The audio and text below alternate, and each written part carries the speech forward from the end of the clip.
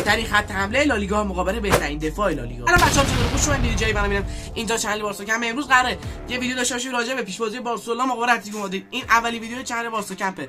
بالاخره انجام شد. 3-4 تا ویدیویی می‌خواستم بگیرم نشد. بچه‌ها یه ویدیو خوب در امیدوارم یه ویدیو خوب داشته باشید. قبل اینکه ویدیو اگه دوست دارید کامنت سابسکرایب حتما بزنید و اینکه روند چنل ما از این ویدیو به بعد چجوریه. این چون ویدیو اولی یه ذره مشکل داره، چقدر تون داره میذارم. اول سر بیا جلو. ببین اینقدر قرار این رابطه نزدیک باشه، خیلی نزدیک، در حدی شما بیاید به انتقاد کنید به صحبت من. حالا بک‌گراند بد نیست، خدایی بک‌گراند حالا بعداً درستش می‌کنیم. ادیت، تامنیل، صحبت کردن، همه چی شما میتونی ایراد بگیرید. البته یه ذره من چون تجربه‌ام کمتره، حالا من تجربه‌ام کمتر از حالا بقیه است. اگر اشتباهی میکنم حتما تو کامنت ها بگید، اینو خیلی لطف بزرگیه. و بریم سراغ ویدیو. اولین چیزی که من میخوام بهش نگاه کنم توی این ویدیو، فرانکی دیونگ که به علت مشکلات شخصی نبود تو بازی با آلاوس که ما کاری نداریم. این از فرانکی دیونگ که به این بازی هم میرسه. خاوی میگل خبرش جزء تمرین کرد، ریکاوری کرد، الان اوکی که برگرده و انجام بده. نفر بعدی آراوخو طبق خبرهایی که اومده انگار از بازی با اینتر و چه میدونم که اصلا من اینا رو میگم واقعا اصلا دستش خورد میشه، بازی با اینتر و چه میدونم پاریس و اینا که اخراج شد، این بازی بیشتر زیر فشار رفته. حالا باشگاه هم گذاشتش کنار. این فکر کنم خدا اینجوری که داره پیش میره شاید یکی دو ماه نیاز داشته باشه اون ریکاوری ذهنیه رو انجام بده. الان اگه بیاد مگه میتونه بازی بکنه؟ باید مربی باهاش صحبت کنه، چه میدونم کادر فنی باهاش صحبت کنه. لاپورتا اومد ازش حمایت رو کرد، کار درستی بوده. حالا ما که چه میدونم بیای بازیکن رو به کوبی کاریش نشه چی نمیشه. لاپورتا اومد صحبت کرد، حمایت کرد ازش. تیم پشتش رابطه خوبی تو رختکن هست. رختکن بارسلونا یه رابطه خوبی داره. امیدواریم زودتر برگرده، نه اینکه بیاد بازی بزرگ، نه در حد چه یه نیمه بازیای کوچیک مثل همین به درد بازی با اتلتیکو میخوره، چون بازی فیزیکیه. حالا راجع به ترکیبات صحبت میکنیم. و این از این دوتا. باشگاه بارسلونا به آنتونیو نوسا علاقه‌منده که یک وینگر نروژی اگه اشتباه نکنم تو لایپزیگ بازی میکنه. حالا به بعد خبراش بیاد. بعد مثلا یه دونه وینگر دیگه هم بود، نه هافک بود فکر کنم، 10 میلیونی هافک وسط بود، چپ ها بود، اونم هست که باشگاه علاقه‌منده بهش صحبت کنیم. بچه‌ها حالا غیر از این ویدیو که ویدیو اوله، ما از ویدیو بعدی فقط 3 تا خبر مهم اون چند وقت پیش بینی میاد صحبت می‌کنیم راجع بهش که سریعتر وقتو نگیریم بریم سراغ آنالیز که خیلی کار داریم.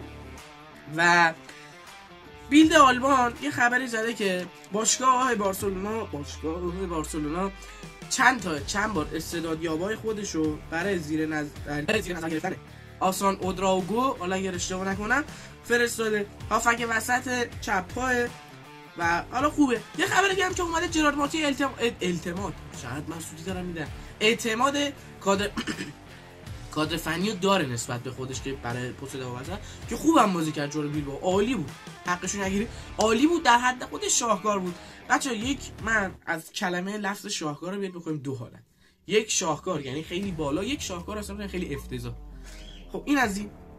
و از اسپورت گفتیم. بارسلونا به گفته اسپورت بارسلونا روی برنال حساب ویژه‌ای باز کرده که حالا لاپورتا هم بهش گفته بود تو میتونی بعداً در آینده کاپیتان بشی و این حرفا. بعد خب خیلی بارسلونا خودش واقعا میدونی برنال با کیفیتش دیدیم، منتظریم پیدا کنه خودشو. و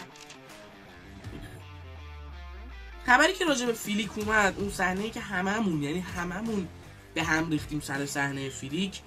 اولش میگفتن داوره، بعد میگفتن از بازی راضی نیست. خیلی خبرا می اومد انگار یه ترکیبی از ایناست، هم از بازی راضی نبوده، هم اونها اعصابشو خورد کرده. آقا جلوی اتلتیکو میرید با شرف، برای خودتون، برای مربی بازی کنید، خودتون از فشار در بیاید. برای هواداره که انقدر اعصابش خورد شده جلوی بازی با چلسی، نمیگم چرا نه آب بازی بزرگ و اینا فلانه، نه ما انتا بازی بزرگ فصل پیش بردیم، مونتا با اون بیخیالایی، با اون بیخیالی مثل کونه به کوبارسی دست و دلم نمیره من چه بهش میگن انتقاد کنم، ولی به خودش هم نمیاد این آدم. کوبارسی، تورس نیمه دومی که بازی کرد تو بازی با آلاوس حال منو به هم زد، نه کاری میکرد. باز لواندوسکی مدافع رو درگیر میکرد، پاس رو میداد، یه ذره تعلل. و اینم از این. بریم سراغ اتلتیکو مادرید. 4م جدولن با 31 امتیاز و 9 برد، 4 مساوی و 1 باخت داشتن که همون فکر کنم اوایل فصل بود که خیلی خورده بودن به باخت و مساوی و اینا. جلوی اگر اشتباه نکنم مایورکا، الچه، سلتاویگو و حالا مایورکا، الچه، سلتاویگو، دو سه تا تیم دیگه هم بودن دیگه. همین آلاوسی که ما بردیم جلوی اینا امتیاز از دست دادن و 1 باخت داشتن. 27 تا گل زدن و 11 تا گل خوردن، بهترین خط دفاعی لالیگا حساب میشن. و خب ما بعد از باخت یک نکته که یادم رفت، باخت مساوی رئال مادرید بود که دیشب جلوی خیرونا انجام داد. خوب شد ما بردیم خیرونا رو، واقعا ما هم اذیت کرد خیرونا. در هر صورت ما آقا باید ببریم بازی رو، بچسبیم به صد، یه فشار رو از رو تیم برداریم، باید یه ذره به خودمون بیایم. اتلتیکو مادرید میده آقا برای اینکه بخوای اتلتیکو مادرید بگیم، من میگم باید چیا اول داشته باشی. و اینم از این، ما 39 تا گل زدیم، 16 تا گل خوردیم. اتلتیکو مادرید 5 تا بازی آخرش رو برده، کاملا با بهترین حالت خودش میاد. اینتر هم بردن و بارسا هم، ما فقط یه دونه آخرین باختمون تو لیگ هم مقابل رئال مادرید بود. و بازیایی که ما در آینده داریم همین اتلتیکو بتیس، اوساسونا، فکر کنم یه استراحت داره میخوریم به فرانکفورت و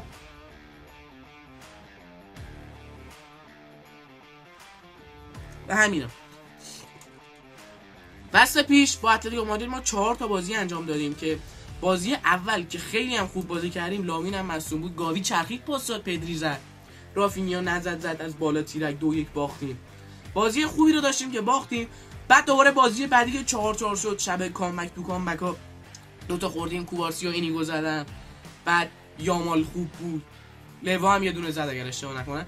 اینجوری ما اون بازی افتادیم جلو، دوباره سر اشتباه بازی کردن، سر اون هایلاین بازی کردن، سر اون جلو بازی کردن باختیم که کونده حداقل 2 تا گل مقصر. بیم راجع به ترکیبم صحبت میکنیم. و ما فصل پیش مقابل اتلتیکو مادرید یک باخت داشتیم، یه مساوی داشتیم، 2 تا برد که 2 تا بردیم. یکیش که شاهکار گل اولو یادم اینیگو مارتینز و لواندوفسکی بود، یامال زد، یه دونه هم 2 تا هم تورس زد. بعد که دقیقه 70 75 بود 85 بود کی بود زدیم ما تمومش کردیم، فکر کنم قبل ما رمضان هم بود. اینم از این. و 2 تا بردم که صحبت کردیم، یه دونه هم که عقب‌تر بازی کرده بودیم، لامین پاس داد فران زد، اونم از. و خب ما فصل پیش توی خونه خودمون نتونستیم اتلتیکو رو ببریم و بازی امروز توی نیوکمپ هست صحبت می‌کنیم حالا. و توی بازی‌های بزرگ امسال اتلتیکو مادرید هم رئال برده، هم با اینتر برده و با آرسنال باخته. یورنته و لینورمان هم احتمالاً نرسن به بازی. و یورنته اگر بخوایم حالا اهمیت نرسیدنش به این بازی بخوایم صحبت کنیم، بازیکنیه که خیلی رئال رو اذیت کرده از سمت راست، فول بک، حالا هر راست که بازی میکنه کل بازی یارو داره میدوه سانت میکنه. خیلی از این بازیکنای چه هم پرتلاش، یه چیزی مثلا نمیدونم یکی بود میگفت کارگر یا همچین چیزی، یه بازیکنیه که کامل فقط مثلا اگرم خوب نباشه دوندگی 100 داره. و خریدایی که این فصل اتلتیکو داشته خریدای خوبی بود، حالا صحبت میکنیم. و لنگله، رویری، باهنا، کاردوسو، آلمادا که این مدت به خودمونم حالا با مارک پوبیر و اینا بود که خریدای امسال داشتن. سیمونه امسال میخواست اوایل فصل رو به داشتن مالکیت بازی رو شروع کنه، درسته که نتونست، موفق نشد. اما این حالا از یه نگاهی به اتلتیکو مادرید همون میریم جلوتر. اتلتیکو مادرید خیلی حرکتی آنچنانی نبود، همون تیمیه که پارسال بوده. اومد یه پلن جدید ایجاد کنه، نتونست. احتمالاً یا همون 5-3-2 یا 4-4-2 میان برای ما بازی بکنن، همون گریزمانی که میاد به خط هافک اضافه میشه چون فلج میشه خط هافک بدون گریزمان، و یک گل اول بزنن میرن تو لو بلاک منتظر ضد حمله میمونن. اکثر کارشون همینه. اما نکته‌ای که خیلی مهمه، گل اوله رو هر کی بزنه خیلی جلو میفته، مخصوصا تو این بازی. گل اوله رو ما بزنیم اتلتیکو میاد بالاتر، فضای پشت دفاع همونجوری که آرسنال زد بهشون اونم هست. و حالا این صحبتایی بود که ما داشتیم. یکی دیگه از نکته‌هایی که داره اتلتیکو مادرید اگر بخواد کم کم مثلا بیاد مید بلاک بازی کنه یا اون یه پرس ضعیف‌ترش باشه 5-3-2 بخواد قوی‌تر بیاد، همون 4-4-2 میاد، بازیکن‌های پرس کننده تو دوندگی از ما بهترن به احتمال زیاد توی این بازی. و ما امسال مشکل دوندگی رو داریم، مشکل بدنی رو داریم که درست میشه، تیم برمیگرده، اینو مطمئن باشه. و راجع به دوندگی هم صحبت کردیم، مسئولیتاشون هم که همین، حالا خیمنز هم یه سری مشکلات داشت ولی بعید میدونم نرسه به این بازی. و تا اینجا صحبت کردیم. راجع به ضربات ایستگاهی مشکل داریم، ضربات کرنر مشکل داریم. نمیدونم خط دفاع فیلیک چه جوری میخواد بچینه، چه میدونم یهو جرارد مارتین رو بازی شاید بده، معلوم نیست. ولی به احتمال زیاد کریستنسن نمیدونم واقعا، هر جایی فکر کنم خط دفاع کوبارسی و اریک خوب نیست برای این بازی، اصلا خوب نیست، چون رو هوا کاری نمیتونیم ما بکنیم. جفتشون کوتاهن، جفتشون کم سرعتن، برای بازیسازی بیشتر استفاده میشه. نمیدونم شاید جرارد مارتین بازی کنه که بازم اون خودش جرارد مارتین باز رو توپای هوایی خوبه، بازیش هم خوب بود قبلی دیدی. ببین من دوست دارم حالا راجع به ترکیبی که میگیم و صحبت میکنیم، اما ما باید چیا داشته باشیم؟ آقا برای مدت اتلتیکو ما باید بدون مشکل بازی کنیم. اول از همه نیایم گل اول رو بخوریم، سر سوتی دنی اولمو نخوریم، سر اشتباه کوارسی نخوریم، سر جایگیری‌های بد نخوریم. این یک. خلاقیت فردی، لامین، پدری، دیانگ، رافینیا باید اینا باید یه لحظه بزنن تو دل کار، تو خط دفاعی بریزن به هم. و گل اول زدن که راجع به اهمیتش خیلی صحبت کردیم. از فضای پشت دفاع وقتی گل اول رو می‌زنیم میتونیم این آرسنال دو سه تا دیگه بزنیم. منتها اول اصلا باید گل نخوردن رو داشته باشیم. چون آرسنال هم گل اول رو زد، اتلتیکو اومد جلوتر، خیلی راحت آرسنال از پشت سرش استفاده کرد با پاس‌های بلند. پاس‌های قطری، پاسایی که تو یه لحظه اتلتیکو مادرید میده کل زمین بازی رو عوض می‌کنه. اون منطقه بازی رو از این طرف میبره به اون طرف. و راجع به پشت دفاع صحبت کردیم.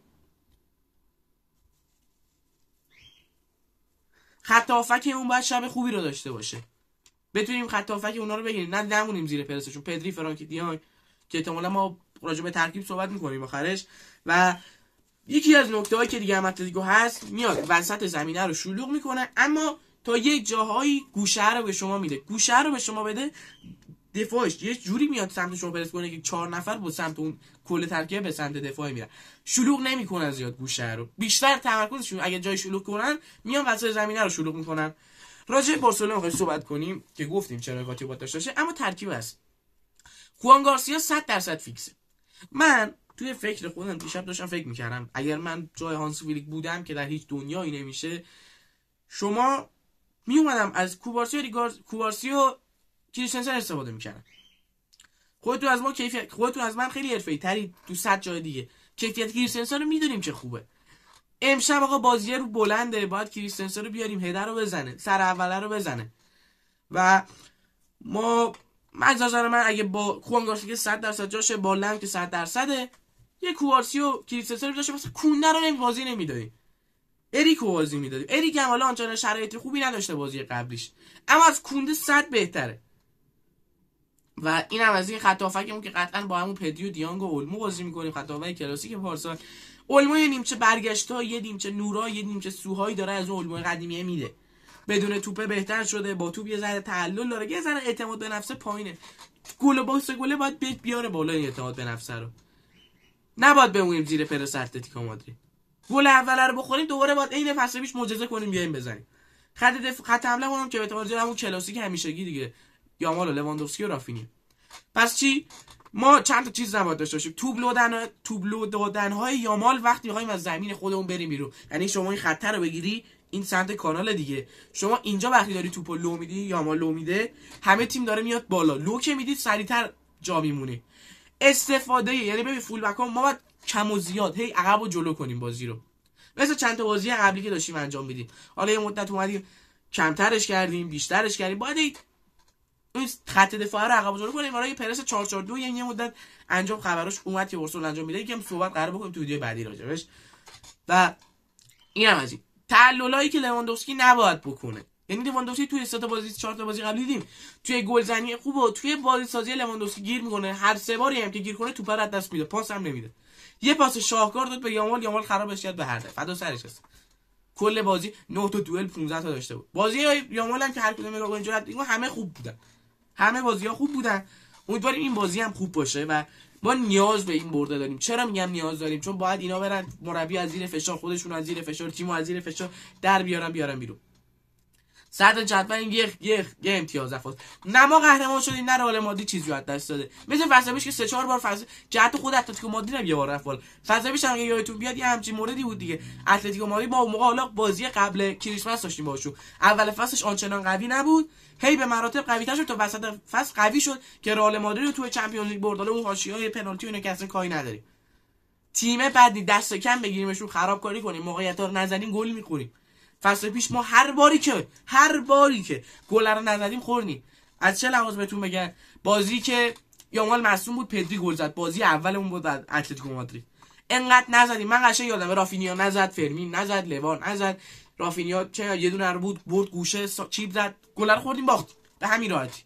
به همین راحتی 3 امتیاز از دست دادیم. برگردیم عقب‌تر، اون بازی که 4-2 افتادیم جلو 4-4 شد، اونم ما نزدیم، جلو بازی کردیم، هایلاین بازی کردیم، جایی که نیاز نبود بازی کردیم، بازم گل رو خوردیم. و حتی اون بازی هم که 1-1 شد که گل یکی شد، اونو گل رو ما زدیم، تمامش کردیم. و اون بازی هم که 4-2 شد، کامبک شاهکاری که زدیم، اونم باز با فرصتمون استفاده نکردیم، 2 تا گل پشت سر هم خوردیم که سولوس و آلوارز زدن. اینم از این. خط هافکمون باید یه ذره سرعتی در باشه. پدریو که استراحت کرده، دیانگ استراحت کرده، دنیل روما هم که داره برمیگره به اون فرم. اکثر بازیکن‌ها با یه حالت خوب داریم میرسیم، بازیکن آنچنان خسته‌ای نداریم. حالا مثلا یه لامین چند وقت بازی کرد که اون باید بازیکن فرم رو پیدا کنه، رافینیا که چند وقت دور بود برگشته، لوا هم همینطور سر حال، فرانکی دیونگ و پدری هم که حالا جفتشون بازی قبلی رو استراحت کردن، پدری نیمه بازی کرد. و خط دفاع رو باید کریستنسن رو من دوست دارم بازی کنه. حالا ممکنه فریک بیاد، اریکو بازی بده، کونده رو بذاره راست، بیاد چه میدونم جرارد مارتین، اما کریستنسن اگه بازی کنه ما توپای هوایی خیلی خیالمون راحت تره. باید روی کورنلا رو گفتیم چه حواسی داشته باشیم. و این بود از یک ویدیو امروز. ویدیو بعدی خیلی نکات تاکتیکی تایی داره، چون اتلتیکو مادرید همش رو ما میدونیم رو باخواد بازی کنه، میخواد گل اوله رو بزنه بخوابه دفاع، یک دفاعی میکنه بنابر ضد حمله. سورلوس یا چی بهش میگن آلوارز وای میسن جلو که تمام پاسو خط بشه به این دوتا، استارت بزنن تو گل. اینو نکنه. فسوی چجوری به ما ضربه میزد؟ شوتای پشت محوطه جریمه از فضای خالی. ببین چینش ما توی دفاع بده، چینش دیگه میچینیم برای دفاع بده، یه فضای خالی میمونه که اکثرا باید یه هافک شیش تخریبی اونو پر کنه که ما نداریم به هر دلیل. اوکی از اون 2 بار فسویش استفاده کرد، یه دونه دیپاول زد، یه دونه همین یورنته زد، نورمان زد، بکنم یورنته زد که به دنیل مو اینجوری کرد تو بازی که 4-4 شد. از اون استفاده از کنارهای ما به احتمال 90% کاتبک‌های سنتراس، حالا یورنته بازی بکنه، گونزالس بازی بکنه، از اونها استفاده میکنن. بلد بود اتلتیکو چجوری به ما گل بزنه فصل پیش. فکر کنم 2 تا 3 تا 4 تا 5 تا 6 تا گلشون همون کلاسیک گل خوردن همیشگی ما بوده، یک پاس عرضی زمینو مهاجم بزنه. و خب این سری فرقش اینه، ما خوانو داریم خیلی بهتره. میگم باید این بازی یه بازی خوب بنماش بذاریم، تیم رو از فشار بکشیم بیرون. این بود از این ویدیو بچه. از روندهای ویدیو بعدی ما 3 تا خبر رو داریم، 1 دقیقه با بارسا داریم و شاید یه بخشای یه تیکه‌های آنالیز کوچیکی هم داشته باشه، مثلا آنالیز کلمه‌ای، مثلا اینورتد فول بک چیه، چه میدونم همه چیزا رو سعی کنیم اینجا با هم یاد بگیریم. گفتم می‌خوایم یه نزدیک، رابطه همینقدر نزدیک باشه. دوستتون دارم. لایک کامنت سابسکرایب اگه دوست داشتید بکنید. حتما تا ویدیو دیگه مراقب خودتون و خانواده باشید. مطمئن شید سلامت خودتون و خانواده. تا ویدیو خداحافظ.